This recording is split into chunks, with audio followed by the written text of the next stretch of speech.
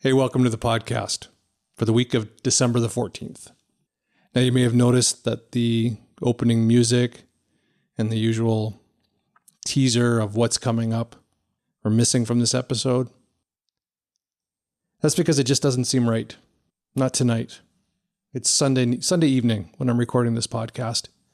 And we've just gone through a really shitty weekend in Belize. A shitty weekend after a shitty week when it comes to the Covid-19 situation in this country. I just stood on my back veranda and watched the siren parade conducted by first responders for Doctors Kevin and Kenneth Guerra. One died on Saturday night, one died Sunday morning from Covid-19. Two doctors, two frontline heroes, two twin brothers, two Belizean brothers died from COVID-19. They were doctors. Nobody had to tell them about wearing masks. Nobody had to convince them that washing their hands and social distancing and using masks made a difference. They did everything right. They believed in the science, and they used all their knowledge and God-given talent to try and save us. And now they're dead. And their family is mourning. The entire country, on some level, is mourning them right now. And maybe this weekend will be the tipping point in our attitudes about addressing this disease. Maybe this collective grief that we're all sharing at this moment, at least at the moment that I'm recording this podcast, and hopefully we're still feeling it. If you're listening to this podcast in days or weeks from now, hopefully we're still feeling the impact of what just happened this weekend. Hopefully those two heroes will not have died in vain when we look back at this moment in Belize when it came to COVID-19. Maybe this is the weekend that we finally got serious about dealing with this thing.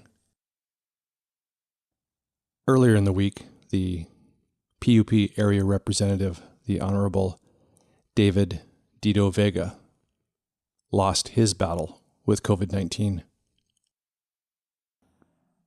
I'm not even going to go there when it comes to campaigning and the election and what happened and what it meant, but I just hope that the Prime Minister and whomever in his circle that will plan the state funeral and will also be aware that they need to set an example for the country, and that just because an area rep is being laid to rest, that the social distancing and other COVID regulations should not apply.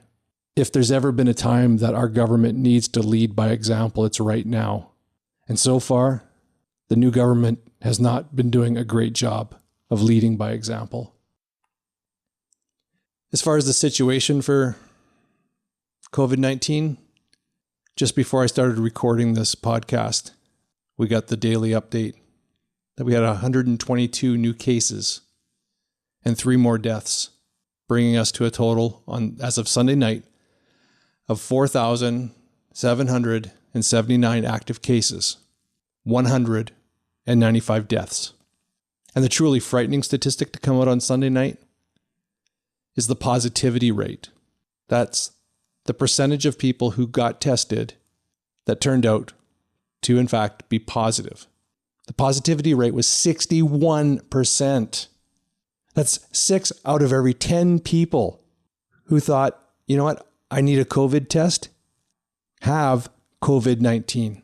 We haven't seen a positivity rate like that ever since this began. And that's really frightening. In just 1 week, we've had an increase in the number of active cases of 1,032. And we've had 22 deaths since last Sunday when I recorded last week's podcast. Belize has the most active cases of COVID-19 in the Caribbean. Not per capita, the most active cases, period. Jamaica has 7 times the population of Belize. and they have 1,000 less people with COVID-19 right now. Haiti, with a population that is 29 times as large as ours, over 11 million people, they have 1,000 active cases total. 29 times the population, but 1/5 the number of cases that Belize has. Belize has gone over a tipping point. COVID-19 is clearly out of control. So what do? Well, if you were on social media this weekend, what most people were talking about was lockdown. Many were for a lockdown, many were against it. Both sides have very valid reasons for their position. And I've been trying to think all weekend, how do I really feel? Do I support the idea of a lockdown or not? Do I think there's any way we can kind of tighten up a few regulations and just somehow do a little bit better in some areas, but keep things going without disrupting economic activity in Belize? And the conclusion I've come to is no, we can't. We need to shut down. We need a lockdown starting now for the next 21 days, which will get us through Christmas and New Year's. And that is the one thing that I've been saying for weeks is untouchable, that there's no way any government is going to shut down the country at Christmas. But I think it has to happen. I think after this past weekend, the data says we have to shut down. Because if we don't, the situation in January is just going to be so much more horrible than it needs to be. So yeah, we have to sacrifice Christmas this year. This is what I would suggest.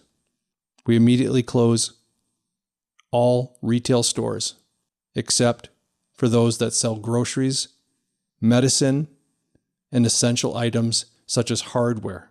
And no store should be allowed to sell anything except those items. So if you're Brody's or A&R or whatever, and you have different departments, sell your food, sell your medicine, sell your essential hardware items, and that's it. No curtains, no sheets, no toys, no Christmas shopping. I would ban the sale of alcohol completely.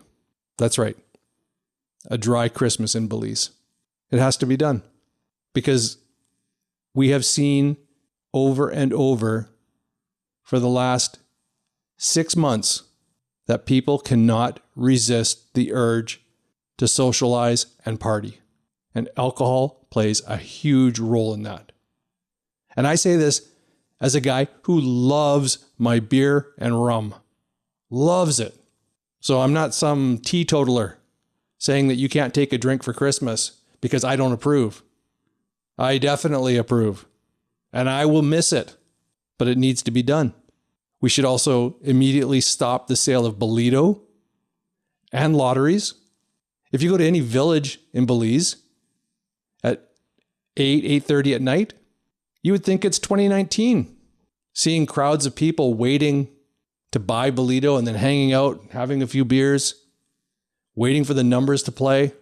Hopefully they'll collect some winnings before the store closes. I don't know why we didn't stop Bolito weeks ago when things started getting bad. Another regulation that we need, it should be against the law to have anybody in your house who doesn't actually live in your house. No visitors, no relatives, no going to mom and dad's, no going to granny's. You stay in your home with the people you live with, and that's it. Just for the next 21 days. I think the curfew should be extended, but I think it should start at 7 o'clock at night and go to 7 o'clock in the morning from Monday to Saturday. And it should be an all-day curfew on Sundays and holidays. Not only do we need to keep people safe at home, but we need to give our first responders, our police in particular, a break. We need to make it easier for them to do their jobs. And it shouldn't be too much to ask that you just chill at home for one day of the week to give them that break. Now, tourism is another issue, but I think if there's been a bright light in all of this, it's that actually tourism, despite the fact that the numbers are very low, has not been a contributor to the spike in COVID cases. The people visiting this country are coming here with PCR tests, or they're being tested on arrival, and they're testing negative. There's been very few positive tests on arrival. And I haven't heard of any situations where there's been an outbreak involving tourists. So as much as we can, we should try to keep that going, keep the tourism industry for what it is going. So let the tourists move around during non-curfew hours and on Sundays, but only when they're accompanied by a gold standard guide or driver. Now, is all this an overreaction? Yes, it is. But I think we need an overreaction just to get people to react, period. But most importantly, we need to get the number of active cases and the rate of new infections down to a number that is manageable again. And that requires drastic and draconian action. Now, people will say we can't afford a lockdown, that people will go hungry. And I agree. Few people in Belize can afford to lock down and not work for 3 weeks. But it needs to be done. And if government wants to, they can find a way to take care of those Belizeans who really do need assistance. Think about it. What would happen if Belize got hit with a Category 5 hurricane and suddenly tens of thousands of people needed to be fed for an extended period of time? NEMO would find a way to coordinate and distribute food. So government should do that now. Think of it as a 3-week emergency. Requisition all the rice and beans and flours and a source of protein that they need to feed everyone who actually needs food assistance. Start by buying up any perishable inventory from restaurants at cost, and work with large agricultural producers to purchase staples at a wholesale price. Maybe create incentives such as tax credits for agricultural producers who donate or deeply discount food items. Give every household in Belize a $100 credit for their December power bill. Yes, that would be a huge loss for BEL. But guess what? We own the company. So let's take the loss this month and just put it on the debt that they're already carrying. Likewise, give every household a $25 credit for their December water bill. Look, Belize may be broke, and a shutdown will hurt the economy. But the economy won't survive if we don't get COVID-19 under control. If you have a job today, that job will still be there in 3 weeks. Many people won't even miss a paycheck because they would have been off for Christmas and New Year's anyway. So if we focus on taking care of the people who live day to day, those who survive in the catch and kill economy, I think we can get through a 3-week lockdown. Yes, it would suck for everyone to essentially cancel Christmas as usual, but I'm afraid that's what needs to happen. These circuit breaker shutdowns will need to be part of our new normal. Every time the infection rate starts to climb too quickly or hospitals reach capacity, we will need to take a time out and slow the spread. We did it before, back in April, and it worked. And had we done something similar in September or October when the infection rates started to increase, we'd be in a much better situation right now. But this, I believe, if the plan is to just power through until January and then take our lick after the holidays, it's going to be much, much, much worse. And more Belizeans will be dead who never needed to die from this disease.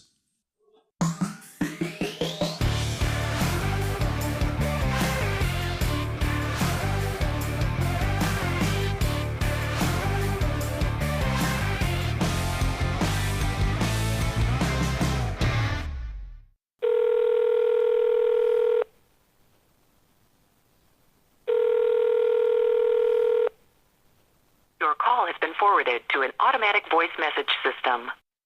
Hi, this is Brent. Thanks for calling the Your 2 Cents hotline. Please leave a message about anything you want to talk about after the beep. Hi Brent, thanks for the invite to say a few words, but more importantly, thanks for creating this podcast whose episodes I found cater to the needs and issues in this extraordinary year. I've said more than I ever intended on the pandemic, and so would only add that in the midst of both this pandemic and infodemic, where access to truth is under constant attack, that we all have a responsibility to question and fact-check before sharing inaccurate information. On that note, I wish everyone a safe and blessed Christmas, and may next year be better for us all. Love, light, and blessings to everyone, especially those dearest to my heart. Okay, that's going to do it for this very unusual, very rambly episode of Brent's 2 Cents. Thank you very much for bearing with me on this episode. This was a tough one to do. This has been a tough day, a tough weekend, and it was a tough week. So I don't know that it's going to get any easier, but whatever it is, let's go through it together. I'm going to take a break for the holidays. I'll be back with new episodes of Brent's 2 Cents in January. I'm not sure the exact date, probably mid-January. So watch out for notifications on social media about when the show is coming back. And of course, if you subscribe to Brent's 2 Cents, well, then the next new episode will just magically appear on your device. So that's why I'm always encouraging listeners to subscribe to this podcast and all the other great Belizean podcasts that are out there.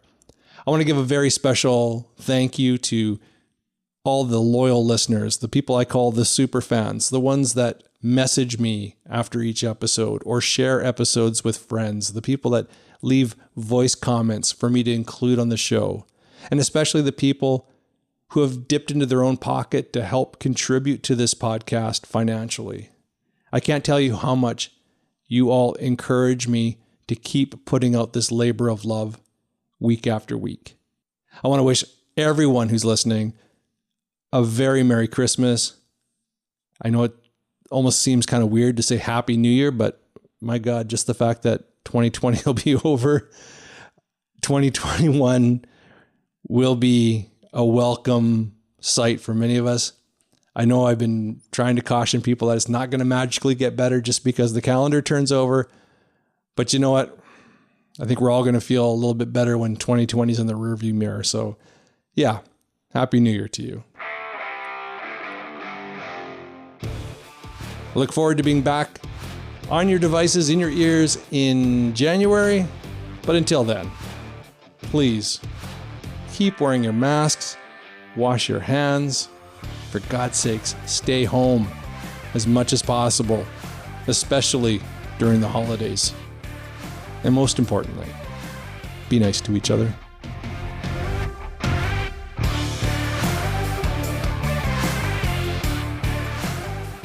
Brent's 2 Cents is a presentation of OSHA Productions, Belize's affordable professional video production company.